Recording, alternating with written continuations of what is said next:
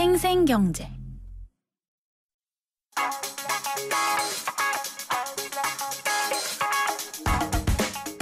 안녕하세요. 멜로디경제 대중음악평론가 이대화입니다. 그동안 한국의 음악 저작권은 한국음악저작권협회가 독점적으로 관리해왔습니다.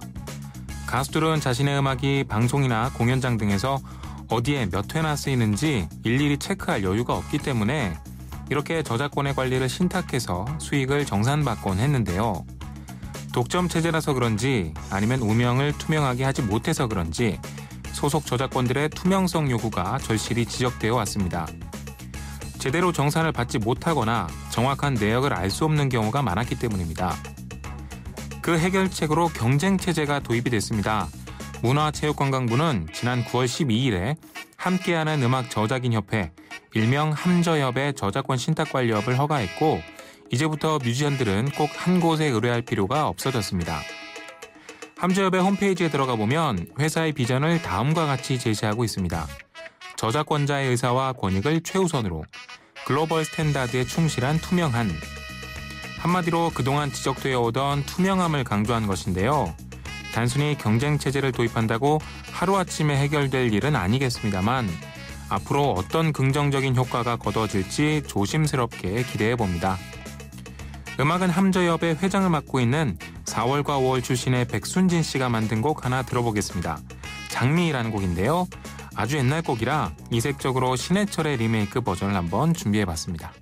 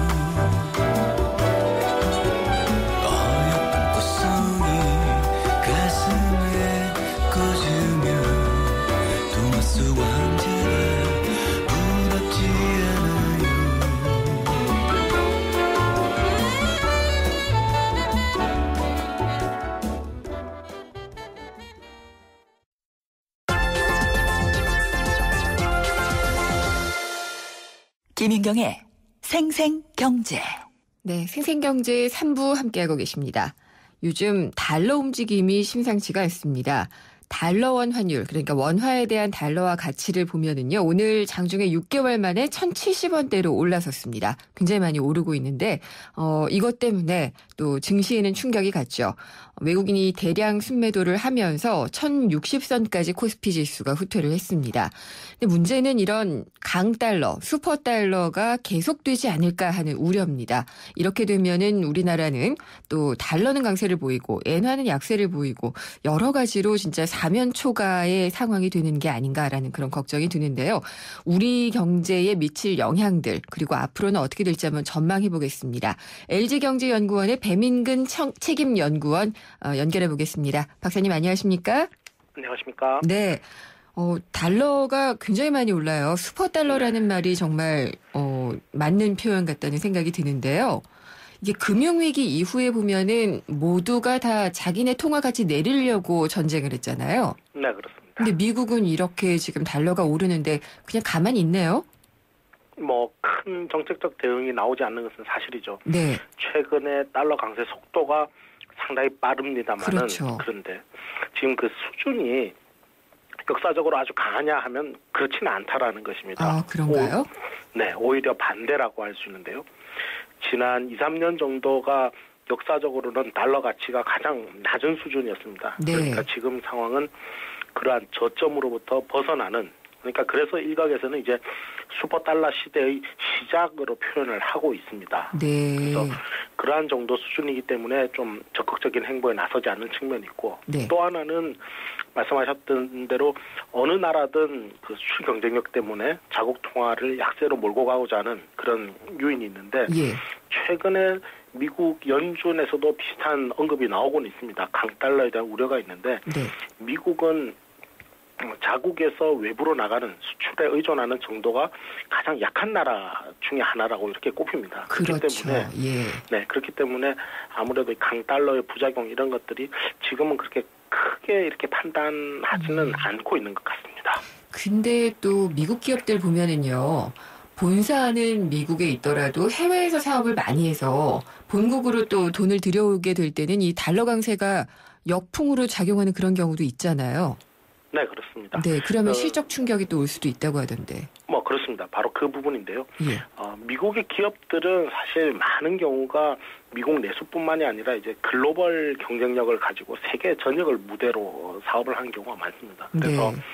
미국에서 나가는 수출은 그리 많지 않다 하더라도 소득으로 들어오는 부분이 워낙 많죠. 그렇기 때문에 미국 경제에 대한 경쟁력은 꼭 물건을 만들어서 대답하는 데 있지는 않다라고 이렇게 얘기가 되는데, 말씀하신 대로 달러 강세가 진행이 된다라고 하면 네. 해외에서 거둔 소득들을 달러로 환전해서 이제 국내로 들어오게 될 때 좀 소득이 상대적으로 줄어드는 그런 영향을 낳게 되는 것은 사실입니다. 네. 그럼에도 불구하고 그런 그 역효과보다는 달러 강세를 용인하는 효과가 더 크다? 뭐 이렇게 판단을 하는 걸까요, 미국은? 네, 그렇습니다. 게다가 장기적으로 이 달러화의 기축통화 지위가 좀 불안하다, 이런 문제점들도 많이 지적이 되어 왔지 않습니까? 네. 그래서 달러화의 가치가 그간의 어떤 역사적인 저점에서 벗어나서 오히려 좀 과거 수준으로 이렇게 회복해 나가는 것이 이러한 그 국제 통화 질서의 안정성이라든지 이런 측면에서도 장기적으로 좀 도움이 된다. 이것이 미국 금융시장 혹은 미국 경제력에 대한 어떤 신뢰와도 맞닿아 있는 부분이기 때문에 네. 대체로 미국의 국익에는 좀 부합한다, 크게 벗어나지는 않는다라고 판단을 하고 있는 것 같습니다. 네. 그러니까 금융위기 이후에 정말 미국에 대한 어떤 신뢰가 땅바닥으로 떨어졌고 또 달러에 대한 그런 인식도 그렇게 됐었잖아요. 근데 이번에 이제 달러가 강세를 보이면서 그런 어떤 패권이라고 해야 될까요? 경제 패권 같은 것을 다시 좀 쥔다는 그런 의미도 있겠죠? 네, 그렇습니다. 세계적으로 경제가 제일 빠르게 회복이 되는 나라가 지금 미국이기 때문에 네. 미국 경제 장점이라든지 혁신 능력 등이 많이 부각이 되고 있죠. 그런 것들이 금융시장을 통해서 나타나는 현상이 바로 달러 강세다, 이렇게 볼 수도 있겠습니다. 그러니까 지금 말씀을 저희가 나눈 것처럼 이 해당 통화, 환율 이런 것에는 정말 그 강대국들의 역학관계가 복잡하게 얽혀 있잖아요. 근데 지금 달러는 슈퍼달러라고 하는데 엔은 무지하게 약세로 가고 있고요. 유로화도 약세고, 이런 국면은 뭐 정치적으로는 이런 부분은 어떻게 해석을 해야 될까요?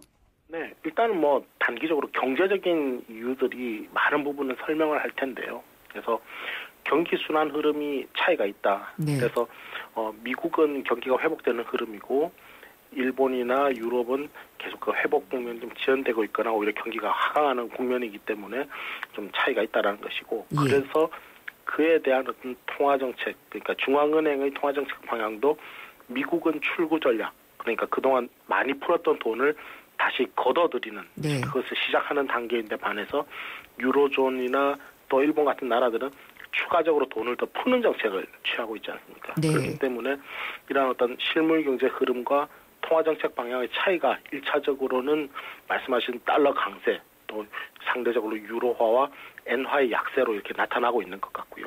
또 국제 정치 질서에 대해서 어느 정도 각자가 어떤 패권주의적인 성향, 또 부담을 할 것인가라는 부분에 있어서도 현재는 미국이 좀 독주를 하고 있는 건 아닐까, 다시 이렇게 여겨집니다. 유로존이라든지 일본이라든지 이런 나라들이 다 자기 나라의 경제 문제를 해결하는 데 상당히 골머리를 앓고 있기 때문에 대외적으로 영향력을 행사하는 어떤 그런 모습을 보이기에는 좀 역부족이지 않나, 이런 것들이 통화시장에서는 해당 통화 국가의 어떤 약세 이런 걸로 나타난다, 이렇게 좀 볼 수 있습니다. 예, 그러니까 이제 원래 통화 가치라는 게 그 나라의 경제력, 힘이잖아요. 그게 이번에 확실히 좀 보여진다는 생각이 들어요. 네, 그러네요. 네, 달러는 다시 또 강해지고 있고 그런 생각이 드는데 사실 제일 궁금한 거는 우리나라에 미칠 영향이죠. 이 글로벌 경제로 다 묶여 있기 때문에 우리가 달러 강세나 이 엔화 약세, 유로화 약세 이런 것 때문에 어떤 영향을 받게 될지 이게 제일 궁금하거든요. 네, 뭐 여러 가지 측면이 있을 것 같은데요. 네. 달러와 강세 국면에서 원화는 어떠한 위치에 놓이게 될 것인가가 대단히 중요하다라고 예. 하겠습니다. 그래서 일단 최근에 달러화가 강세가 된다라고 하는 것은 그만큼 미국 경제의 회복이 빠르다는 것인데 그러한 그 미국 경제 회복을 주도하는 부문들, IT라든지 자동차라든지 또 에너지라든지 이런 부분에 있어서도 우리도 충분히 성장 기회가 있다라고 보여지는 것이죠. 그래서 향후에 우리 경제가 같이 따라서 회복을 하게 된다면은 네. 이런 강달러 국면이 우리에게 꼭 나쁜 것만은 아니다 이렇게 볼 수 있습니다. 그런데 지금 세계 경제 판도라고 하는 것이 선진국들의 보호주의가 조금 더 강화가 되고 있고 특히 네. 자국에서 제조업 생산을 하게끔 유치하려는 생산과 투자를 하게끔 하는 정책들이 강하게 나오고 있기 때문에 미국에서 어떤 산업이 상당히 많이 빠르게 성장한다 하더라도 이것이 우리에게 주는 영향 이런 것들이 긍정적으로 우리의 수요를 견인하는 능력이 그렇게 강하지는 않다라는 것이죠. 그렇기 때문에 우리 경제 수출이라든지 이런 것들이 과거에 비해서 많이 못 늘어날 가능성 이런 것이 있고 또 하나는 네. 달러와 강세의 그 결과로서 효과로서 엔화가 상당히 약세로 간다라는 점은 역시 세계 시장에 물건을 내다 팔 때 예. 우리 수출품의 어떤 가격 경쟁력 측면에서 상당히 고민을 안겨다 주는 그런 요인이라고 하겠습니다. 그래서 예. 강달러 그래서 달러 강세와 원화 약세의 어떤 효과는 과거보다 많이 줄어든 데 반해서 또 엔화 강세 이런 것들이 앞으로 점차 더 위협이 커질 우려 이런 것들을 안고 있기 때문에 그만큼 우려가 되지 않나 생각됩니다. 그러니까 이게 단순한 원화에 대한 달러 강세라기보다는 엔화 약세까지 겹쳤기 때문에 조금 더 입체적으로 좀 봐야지 되는 상황이군요. 네, 그렇습니다. 근데 그 보시기에 그러면은 위기 뭐 이런 얘기들도 많이 하거든요. 위기 상황이라고 보시나요? 어떠신가요? 통상적으로 그 위기, 금융 위기라고 하는 관점에서는 이제 강달러라고 하는 것으로 인해서 주요국, 특히 그 신흥시장 국가들의 외환시장이 혼란에 빠지는 상황을 가리키는 경우가 많습니다. 네. 그래서 기억하시다시피 지난 90년대 후반에 일어났던 동아시아 외환위기, 또 러시아의 외환위기 이런 것들이 대표적인 강달러로 인한 위기 상황이다 이렇게 볼 수가 있는데 네. 여기로부터는 사실 우리나라는 그래도 조금 더 자유로운 편이 아닌가. 과거에 비해서 외환 보유액이 많이 늘었고 또 은행의 외환 건전성 같은 부분들이 많이 개선이 되었기 때문에 우리가 외환 시장의 어떤 극심한 불안 이런 쪽으로 위험이 좀 현실화될 그럴 가능성은 과거에 비해서 많이 줄었다라고 판단을 하는 것이 대체적인 평가인 것 같습니다. 이것이 우리 자신들의 평가뿐만 아니라 국제신용평가사라든지 예. IMF 같은 곳에서도 비슷하게 평가를 내리고 있거든요. 근데 그렇죠. 문제가 되는 것은 아까 말씀드렸던 대로 지금도 사실 환율 수준이 상당히 좀 부담스럽다라는 것입니다. 그래서 수출이 이 정도가 되면은 수출도 좀 더 많이 늘어나고 이런 것들이 상당히 아쉬워지는데 네. 엔화 약세라든지 특히 근래 올해 들어서 나타났던 위안화 약세 이런 것들까지 겹치면서 이제 실물 경제 측면에서 우리 어떤 과거에 지났던 우리가 지났던 경쟁력이라고 하는 부분 이런 것들이 계속해서 좀 줄어드는 형태로 가게 될 가능성 이런 것들이 우려가 된다. 오히려 이런 것이 급작스러운 위기까지는 아니지만 우리 경제의 어떤 경제적인 힘을 중장기적으로 조금 쇠퇴하게 만들어주는 그런 요인이 아닌가 판단하고 있습니다. 그렇죠. IMF 위기 때야 우리가 외환 보유액 거의 없었고 방어할 수 있는 그런 것들이 없었는데 거기에 비해서 숙제를 잘해서 체질은 개선이 됐다는 그런 생각은 드는데요. 그러면은 이게 이제 엔 같은 경우에는 일본이 계속 돈 풀어서 지금 엔화 가치 낮추고 있잖아요. 네. 우리 통화 당국은 그렇게 하고 있지 않고요. 오히려 이제 미국이 금리를 올릴 경우에는 또 어떻게 해야지 되나 이런 것들도 고민이잖아요. 이자를 더 주는 쪽으로 돈이 가게 되니까. 네, 그러려면은 금리를 올려야 되는데 경기는 또 그런 상황이 아니고 정말 판단하기 어려운 상황일 것 같아요. 네, 그렇습니다. 말씀하신 부분 때문에 우리 통화 당국인 한국은행의 고민이 상당히 깊어지는 그런 시기가 아닌가 싶습니다. 네. 일단 10월 금통위에 있어서도 한국은행 외부에서는 금리를 한 차례 더 인하하는 것이 적당하지 않느냐라는 그런 어떻게 보면 기대가 강하게 형성이 되고 있고요. 근데 한국은행의 입장은 사실 그동안은 1차로 지난 9월에 한번 내렸기 때문에 8월에 내렸기 때문에 그 정책 효과를 한번 더 지켜보고 다시 한번 판단을 하자라는 쪽인데 네. 사실 압박을 좀 많이 받는 입장입니다. 경기를 생각하면 내리긴 내려야 되는데 네, 환율을 생각하면 또 그렇지가 않잖아요.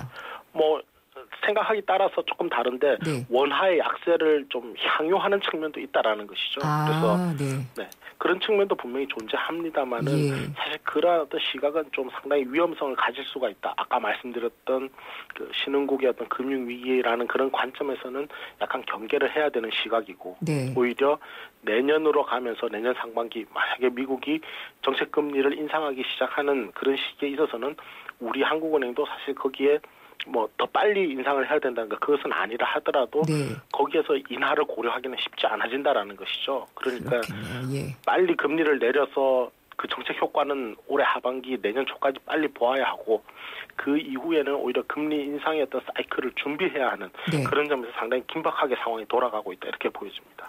그럼 우리 통화당국은 어떤 결정을 내려야 할까요? 네, 일단은 아까 말씀드렸던 대로 예. 그 한은이 비교적 올해 들어서 보여줬던 금리 인하에 대한 스탠스는 상당히 신중한 쪽이었는데요. 네. 그래서 지난번에 한번 단차례 금리를 내리고 그 정책 금리 인하의 효과를 본 다음에 다시 한번 더 판단을 하겠다라는 쪽이었는데 그것이 아무래도 조금 더 앞당겨질 가능성이 커지고 있는 것 아닌가 싶습니다. 그래서 결과적으로 이제 8월에 한 차례 인하 그리고 10월이나 11월에 또 한 차례 인하 이렇게 비교적 짧은 기간 동안에 두 차례에 걸쳐서 인하를 하게 되는 방향으로 무게중심이 좀 옮겨지지 않을까 예상을 하고 있습니다. 그렇게 네. 하면서 예. 올해 말이라든지 또 내년 초 되면서 또 특히 국회에서 각종 그 경제 관련 입법들이 완성이 되면서 정책 효과를 사실 꼭 반드시 봐야 되는 입장이죠. 네. 사실 예. 그런 향후라면은 오히려 미국이 이제 금리 인상 사이클이 시작되는 내년 1분기 말이나 2분기 정도가 되었을 때는 우리도 비슷하게 행보를 가지고 갈 수 있다라는 어느 정도 신뢰를 줄 수가 있는데 만약에 네.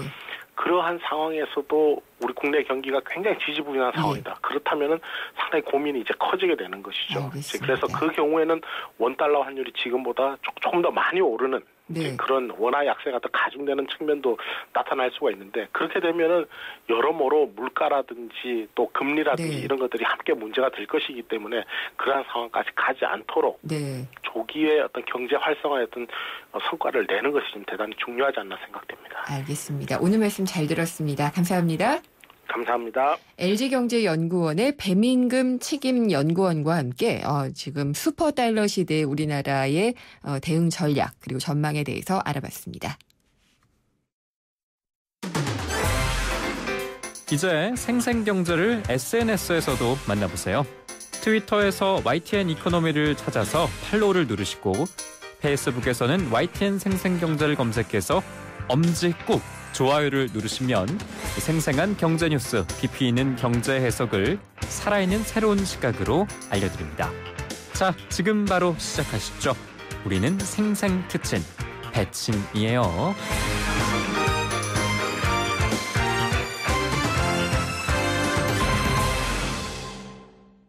예, 생생경제 3부는 여기까지고요. 4부에서는 경제 이면을 짚어보는 경제뉴스 뒤집기와 생생로펌이 준비가 되어 있습니다. 경제뉴스 뒤집기에서는 직접 투자가 늘고 있는 차이나머니에 대해서 알아보겠고요. 생생로펌에서는 부당한 프랜차이즈 횡포에 맞서는 법에 대해서 알아보도록 하겠습니다. 잠시 후에 뵙겠습니다. YTN 라디오와 YTN 사이언스가 주최하는 최고의 공연. 아프리카 말라위의 희망을 노래하는 루스빌로 밴드의 내한 공연이 오는 10월 22일부터 24일 저녁 7시 30분 국립극장 하늘극장에서 열립니다. 메조소프라노 김청자 교수의 사랑과 헌신으로 만들어진 기적의 밴드. 아프리카 고유의 리듬과 선율. 그 진한 감동의 순간을 만나세요. 미래를 위한 작은 투자 YTN 라디오 김윤경의 생생경제. 친절한 경제. 오늘의 경제 키워드. 안녕하세요. 경향신문 조미덕 기자입니다. 오늘의 키워드는 출자 전환입니다. 기업에 투자하는 방식은 크게 두 가지가 있습니다. 기업에 돈을 빌려줘서 채권자가 되는 거하고 그 기업의 주식을 사서 주주가 되는 겁니다. 돈을 빌려주면 이자를 받지만 기업의 의사결정에는 참여치 못합니다. 반면 주주가 되면 이자는 못 받지만 배당을 받고 주주총회를 통해 의사결정에 참여합니다. 기업의 주식을 사는 것을 출자라고 하는데요. 출자 전환은 채권자가 기업에 빌려준 돈을 주식으로 바꾸는 것을 말합니다. 기업 입장에서는 채권자가 출자 전환을 하면 빚을 갚을 필요가 없어지니까 한숨을 돌릴 수 있겠죠.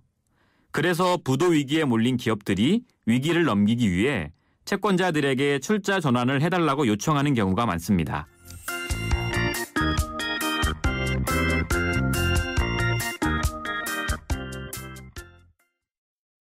의정부의 금강 펜테리움 센트럴파크에 새바람이 불어옵니다. 도봉산역까지 연결되는 BRT 개통 예정.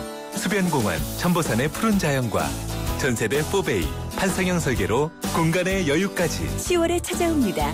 밀라기지구 금강 펜테리움 센트럴파크. 문의 1899-7566. 경제 뉴스의 진실과 오류. 그것이 알고 싶다. 경제 뒤집기. 세상의 베이스가 되다 포스코 협찬으로 김은경의 생생경제 4부 시작하겠습니다. 경제뉴스 뒤집기 시간인데요. 외국인들의 직접 투자 올해 들어서 굉장히 많이 늘고 있다고 하는데 특히나 올 들어서 3분기까지 보면은요. 중국의 한국에 대한 직접 투자는 230% 그러니까 2배 이상이 늘어났습니다. 참 외국인 돈도 많이 들어오지만 중국 돈, 차이나머니가 많이 들어온다는 생각이 드는데 이런 게 계속갈 수 있을지 또 어떤 효과를 가져오는지 한번 짚어보겠습니다. 한국경제신문의 허원순 논설위원입니다. 안녕하십니까? 네, 안녕하세요. 네, 중국인 직접 투자가 우리나라에 대한 외국인 직접 투자가 굉장히 많이 늘었네요. 그렇습니다. 금방 말씀하신 대로 일단 산업자원부가 늘 내는 월간 통계를 보니까 확 늘었고 통계가 늘은 가운데 중국인 돈, 범중국 그러니까 대만, 홍콩까지 합해서 중화권 돈이 많이 들어왔다. 통계로 늘었다 이게 봤는데 사실은 우리가 케이스를 이야기하면 모두 깜짝 놀랄 겁니다. 우리 왜 예전에 애기들 많이 아가방이라고 그 중국에 넘어갔죠? 아, 그렇죠. 네. 또 지금 완도 이런 데 가면은 전복 양식장도 중국이 넘어간 데가 많습니다. 주인이 중국이고요. 네. 그렇죠. 중국인들이 하는 자본으로 하는 전복 우리가 먹는 거예요. 다는 아니지만 일부가. 제주도에 외국인들이 산 땅 중에 절반 이상이 중국이 산 거죠. 네. 뭐 이렇게 따지면 그뿐만 아니라 회사도 말이죠. 최근에 현대정권이 매물로 나왔단 말이죠. 중국 자본이 살려고 합니다. 네. STX 다련의 공장도 중국이 살려고 합니다.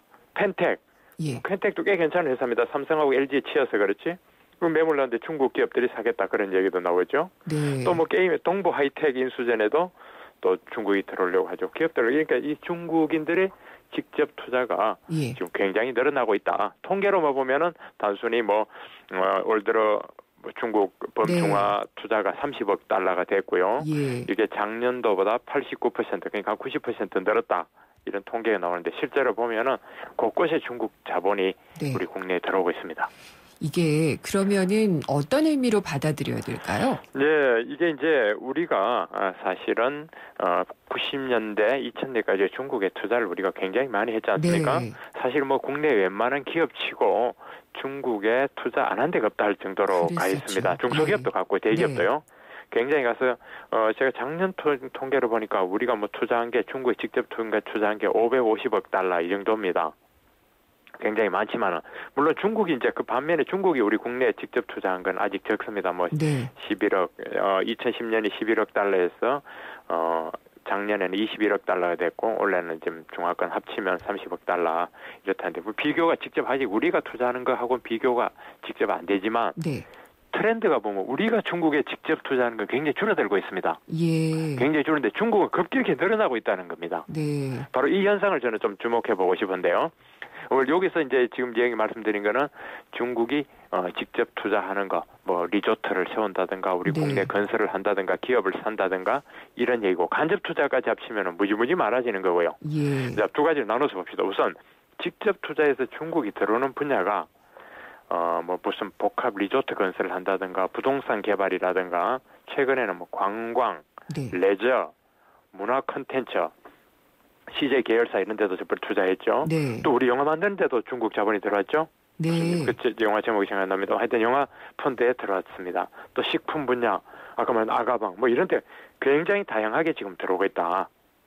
이제 요게 우리가 주목해 볼 부분이고요. 네. 또 다른 하나는 차이나 머니가 들어오는 게 이런 것들 이제 공장을 인수한다든가 기업을 인수한다 이런 거 이제 직접 투자 말고 우리 국내에 주식 시장에 들어오는 게 이제 간접 투자. 네. 이게 또 굉장합니다. 지금 중국인들에 들어오는 게. 국내 아마 증시는 거의 중국 자본을 무시할 지금 단계가 넘었고요. 네. 그래서 중국이 막대한 외환 보유액 가지고 우리 주식 시장에서도 굉장히 많이 들어와 있다. 저 어디 한 통계를 보니까 우리나라 국내 정권 투자가 2013년 그러니까 작년 기준으로 206억 달러라나 하여튼 무지무지 늘어나고 있다.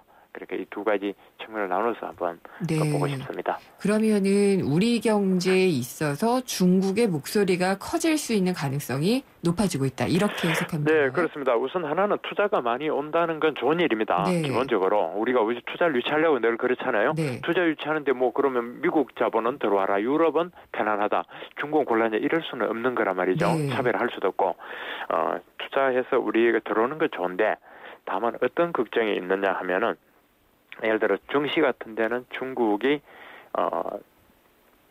좀 안정적이고 네. 아주 장기적인 관점에 투자가 이루어지고 있느냐 과연. 그러면은 중국 당국이 우려하듯이 자기네 시장에 들어오는 한머니처럼 치고 빠지는 돈이 그렇습니다. 말하자면 치고 빠지고 네. 막 우리 시장을 막 흔들어 놨다는. 예를 네. 들어 우리가 국내에 들어오는 미국의 무슨 캘퍼스 네. 공무원 연금이라든가 여러 가지 사학연금 같은 걸 장기적 관점에서 네. 이렇게 투자를 하는 거니까 장기적 가는 거고 또 하나는 미국이나 이런 데 자본은 우리 국내 경영권에 관심이 적은 투자입니다. 대부분 다 네. 수익률만 높이면 되거든요. 그런데 중국은 뭔가 우리 기업에 사서 경영권에 개입을 하고 말하자면 기업 사냥을 하려는 그런 우려가 굉장히 나오고 있습니다. 네. 이제 그런 측면 하나 있고, 그다음 직접 투자에서는 그래도 아까 말씀드린 대로 STX 조선을 산다든가, 펜텍을 아직 딜이 끝나지는 않지만 펜텍을 산다든가, 우리의 어떤 동부 하이텍 이런 기업을 산다 하면은 우리 기술 유출이 우려가 되는 거죠. 상하이차 생각이 나네요. 네, 그게 이제 대표적인 경우가 안 그래도 그 얘기를 하려는데 네. 상하이차가 쌍용차에 들어와서 네. 기술을 사가요. 그럼 기술을 가져가지 말라 하면 그 사람들이 들어올 이유가 없는 거죠. 그렇죠. 사실은. 예. 기술을 활용하려고 하는까지는 좋은데 중국하고 우리가 너무 경쟁 관계에 있다 이겁니다. 네. 예컨대 미국하고 우리처럼 아주 경쟁 관계가 상대적으로 딴 데서 와서 기업을 사가고 하는 건 덜한데 중국은 우리를 바짝 지금 추격해오고 있는 상황에서 우리 기업들을 사고 그 기술들을 그대로 가져가면 바로 우리 산업을 위협하는 요인이니까 네. 그렇다고 차별할 수도 없고 안 된다 할 수는 없지만 네. 우리로서는 굉장히 긴장할 수밖에 없는 또 중국의 노림수가 그런 거기 때문에 그런 대목에서 걱정이 된다 이런 얘기입니다. 사실 보면은 다음 카카오가 지금 됐지만 카카오에도 중국의 텐센트라는 업체가 2대 주주인가 그렇잖아요. 그렇죠. 텐센트는 아시다시피 네. 온라인 게임으로는 세계 제일 큽니다. 네. 세계 최대 게임 회사입니다. 중국 시장이 워낙 크니까요. 그렇죠. 시가총액이 무려 120조 원인가 125조 원에 달하는 세계 네. 최대 게임 회사입니다. 이 텐센트의 가치라는 거는 워낙 크기 때문에 이게 이제 국내에 들어와서 넥슨, NC 소프트, 주식 이런 걸 몇 개 사고 남을 네. 정도인데 아까 말씀대로 카카오톡을 산다든가 게임 업체를 굉장히 많이 사더라고요. 예. 아니면 최소한 전략 기울여가 지분이라도 사는 거예요 보면은. 그래서 업계 이야기를 이렇게 기사나는 걸 정리해 보면은 미국의 텐센트 같은 데서 와서 우리 국내 게임 업체 많잖아요. 예를 들어 넥슨, NC 소프트 등등인데 여기에 한번 접촉 안 한 데가 없다 할 정도로. 그 정도로 예. 다양하고 많은 거죠. 그래서 그 사람들이 우리 기술이 괜찮은 건 바로 자기네들 게임으로 적용하고 네. 활용하려고 한다고 그러고. 주주니까 또 어쩔 수 없겠죠.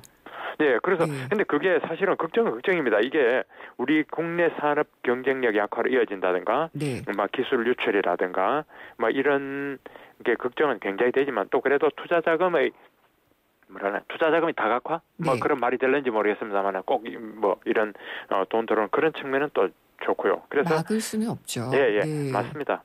음량이 있는 겁니다. 음량, 네. 양면성이. 그런데 이제 그런 우려들 중국이 다 가져가지 않겠느냐, 접수하지 않겠느냐는 우려는 분명히 있는 것 같고요. 예.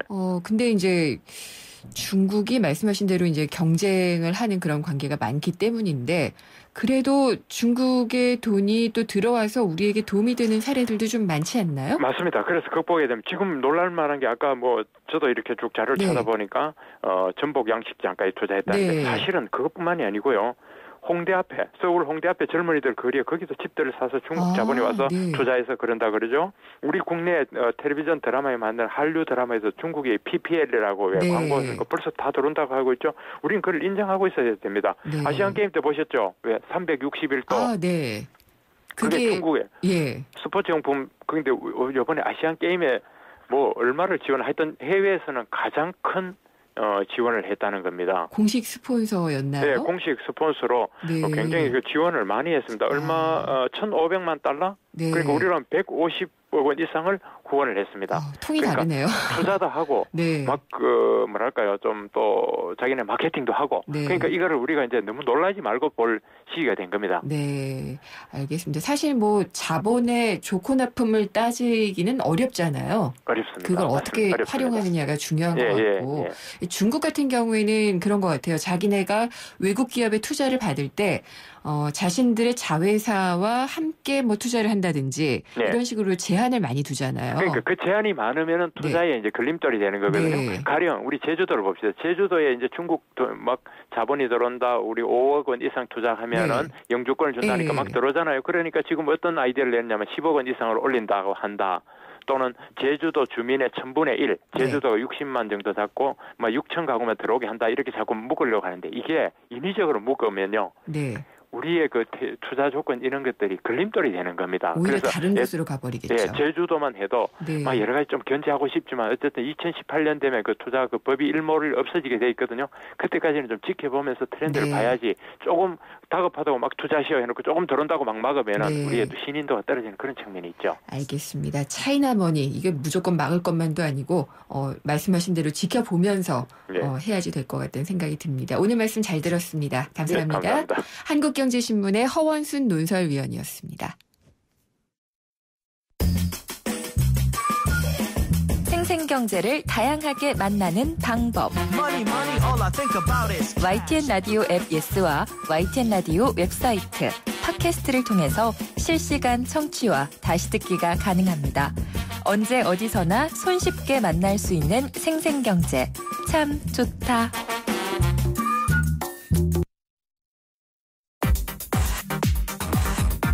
모르면 당하는 경제 법률 생생로펌.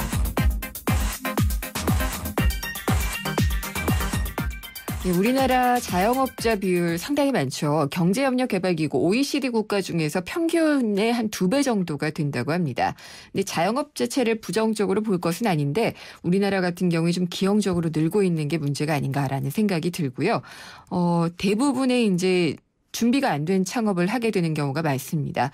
이런 시행착오를 줄이려면은 또 브랜드가 있는 프랜차이즈 업체를 통해서 사업을 하게 되는 그런 경우가 상당히 많이 있거든요. 근데 이런 가맹사업 형태가 주는 또 부작용도 없지가 않습니다. 그래서 오늘은 생생로펌 시간에 가맹사업 거래와 관련된 분쟁 사례를 좀 짚어보겠습니다. 법무법인 한별의 안병환 변호사 나오셨습니다. 안녕하십니까? 네, 안녕하세요. 네. 우리나라에서 지금 보면은 가맹사업 거래와 관련된 사항은 어떤 법률이 마련이 돼 있나요? 네, 예전에는 공정거래위원회의 고시로 그 가맹사업 고시라는 형태로 이제 규율을 했다가요. 이것을 별도의 독립적인 법률로 제정해서 이제 시행 중에 있는 상황이죠. 이름이 뭔가요? 정확한 명칭은 가맹사업 거래의 공정화에 관한 법률. 이것이 이제 마련돼서 현재 시행 중에 있는 상태입니다. 네. 이제 이 법률의 성격을 보면 공정거래법이라는 그런 표현 많이 들어보셨을 텐데요. 예전에 그 각종 불공정 거래 행위들을 방지하기 위한 법률이고요. 프랜차이즈업, 그러니까 가맹사업 거래 분야의 공정거래법이다 이렇게 이해를 하시면 되겠습니다. 그러니까 가맹점 사업자를 보호할 수 있는 법이다. 이렇게 보면 되겠네요. 뭐 여러 가지 주된 내용을 말씀드리면요. 일단 가맹금을 뭐 함부로 받지 못하도록 이렇게 예치하는 그런 제도를 두고 있고요. 가맹본부가 과거에 가맹사업법을 위반해서 어떤 처벌이나 이런 것을 받은 적은 있는지 이런 것들도 다 살펴볼 수 있도록 중요한 사항들을 정보를 공개하는 그 정보공개서를 등록하는 제도가 있습니다. 그다음에 이 매출액이 얼마입니다. 허위 과장된 정보가 상당히 많았거든요. 광고할 때요. 네, 예. 그렇죠. 이런 것들을 금지한다든지 가맹사업 거래에서 발생할 수 있는 네. 대표적인 불공정 거래 행위라고 할 수 있는 거래상 지위 남용 행위 등을 이제 네. 금지하는 그런 예. 내용을 담고 있죠.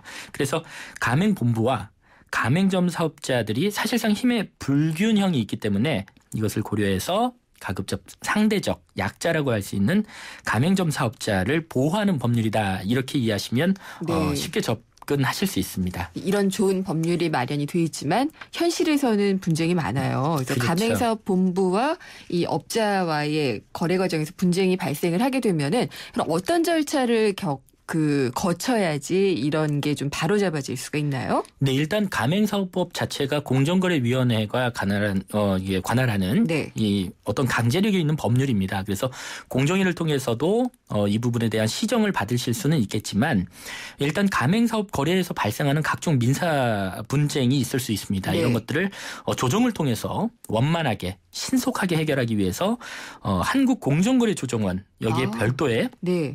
가맹사업 거래와 관련된 분쟁조정 협의회가 이미 설치돼서 네. 활발하게 활동을 하고 있습니다. 그래서 그렇군요. 가맹사업 거래와 관련해서 네. 가맹본부와 가맹점 사업자 간에 여러 가지 분쟁이 발생한 경우에 네. 이 분쟁조정 협의회를 통해서요. 원만한 해결을 도모하실 수가 있겠고요. 이것의 장점을 말씀드린다면 당연히 어떤 소송이나 공정의 어떤 처분을 기다린다거나 이런 것들에 비해서 비용이나 시간적인 면에서 분쟁에 대한 어떤 비용을 최소화할 수 있다. 이런 네. 장점이 있죠. 그러면은 일단 구체적인 예로 설명을 해주시면 좋을 것 네. 같아요. A씨는 국내 유명 프랜차이즈 업체인 B사와 계약을 맺고요. 부산에서 죽 전문점을 운영해왔는데요. 네. 그런데 B사는 가맹 계약 기간 중에 어떤 영업 활성화 등을 이유로 A씨에게 무려 2천만 원 가량이 드는 새로운 인테리어 공사를 하자 이것을 네. 요구를 하게 됩니다. 네.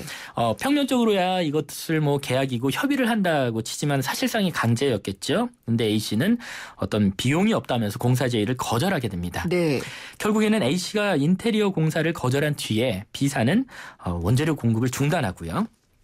인테리어 공사를 하지 않으면 가맹 계약을 해지할 수밖에 없다. 이런 취지로 압박 아닌 그런 사실상의 강제를 하게 됐지요. 나쁜 갑이네요. 네. 이에 대해서 이제 A 씨는 결국 원재료 공급을 중단하고 그 인테리어 공사를 강요한 부분이 부당하다. 이런 이유를 들면서 더 이상 못하겠다. 이렇게 계약을 네. 스스로 해지를 했습니다. 네. 그 뒤에 그 시설이나 여러 가지 영업이나 이런 부분을 그대로 포기할 수는 없잖아요. 그래서 상호만 다른 것으로 변경한 뒤에 동일한 장소에서 같은 종류의 영업을 계속하게 됩니다. 그러니까 죽집을 계속 하신 거군요. 그렇죠. 네. 그런데 대부분의 프랜차이즈 계약서를 보시면 이 계약을 종료한 다음에 동일한 동종 영업을 할 수 없도록 일정한 기간을 정해서 이렇게 약정하는 경우가 많거든요. 네. 이 경우도 B사 측이 그 A씨는 계약 해지 후 1년간은 죽 전문점을 운영할 수 없다라는 그 계약 규정을 위반했다는 등의 이유를 들면서 영업의 금지를 구했고요. 그리고 여기 계약 위반에 따른 손해가 발생했다는 취지로 손해배상 1,000만 원을 청구한 그런 사례였죠. 법원 분쟁 사례입니다. 네, 어쨌든 프랜차이즈 가맹을 맺을 때 그런 조항이 있었던 건 사실이지만 억울할 것 같아요. 이 죽집을 하셨던 사장님으로서는. 네. 그러면 법원은 이것에 대해서 어떤 판단을 내렸나요? 네, 서울중앙지방법원의 판단이었죠. 그 재판부는 판결문에서 우선 교체할 필요성이 없는 시설까지 영업 활성화 등을 이유로 무조건 재시공하도록 강요하는 것은 결국 가맹본부가 거래상 지위를 이용해서 영업을 방해하는 것이다 이렇게 판단을 했고요. 인테리어 2천만 원 들여서 해라 이게 그렇죠. 부당하다는 거죠. 예. 수천만 원이 드는 인테리어 공사가 필요했다고 볼 객관적인 근거가 또 부족하다 이렇게 구체적으로 설명을 했습니다. 네. 결국에는 프랜차이즈 본사가 거액이 들어가는 인테리어 공사를 가맹점에게 함부로 강요할 수는 없다 이런 취지로 언급을 했고요.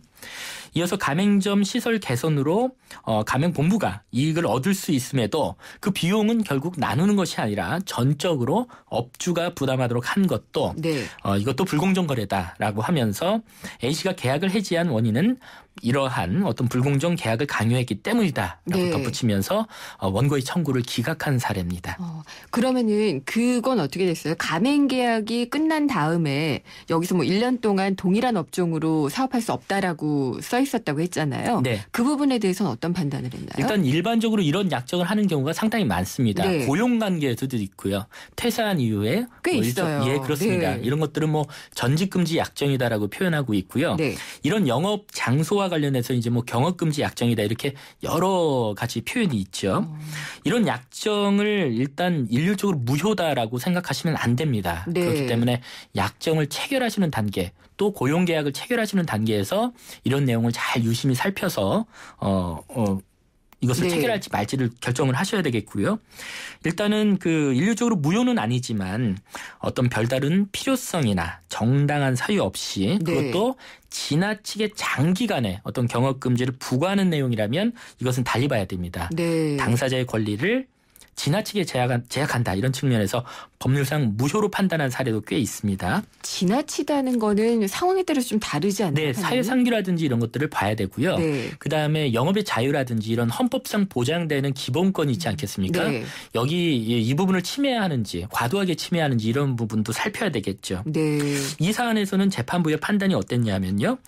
가맹계약에 포함된 경업금지 약정은 그 가맹점 사업자의 직업 선택의 자유와 권리 등을 제한하는 측면이 있다 이렇게 일반론을 펼치면서 이 사안의 경우에는 A씨는 이미 부당하게 가맹점 운영을 중단당하는 피해를 입었음에도 불구하고 동종 영업에도 전혀 종사할 수 없는 이중의 피해를 입게 될 수 있기 때문에 이 사건의 경우에는 경업금지 약정의 효력을 인정할 수 없다 이렇게 밝혔습니다. 쉽게 다시 설명드리면 계약이 종료된 책임이 가맹본부에게 있고 가맹본부의 어떤 부당한 행위로 종료가 됐다면 그 상황에서 가맹본부가 우리 약정상에는 경업금지 약정이 있지 않느냐 이렇게 금지하는 것은 안 된다라는 취지의 판단입니다. 그렇군요. 그러니까 이런 인테리어 공사라든지 이런 그 압박이 없이 그냥 뭐 해지하고 했을 경우에야 문제는 다르겠지만 그런 압박이 존재했다는 것 때문에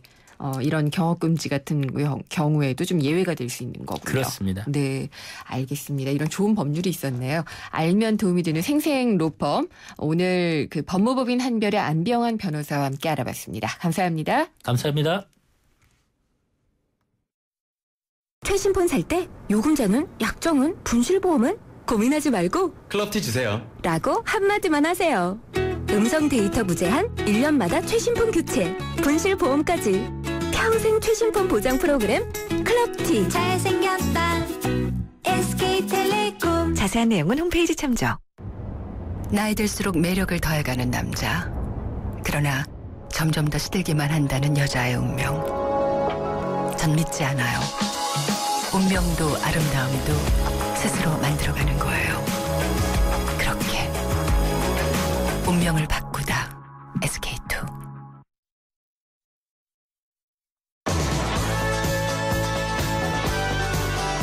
네, 김윤경의 생생경제 오늘 준비한 순서는 여기까지입니다. 다시 들어보실 수 있는데요. 저희 생생경제 홈페이지나 팟캐스트 또 스마트폰 앱을 통해서 방송되면 다시 들어보실 수 있고요. 인터뷰 내용은 전문으로도 확인하실 수가 있습니다. 다음 시간에 찾아뵙겠습니다. 김윤경이었습니다.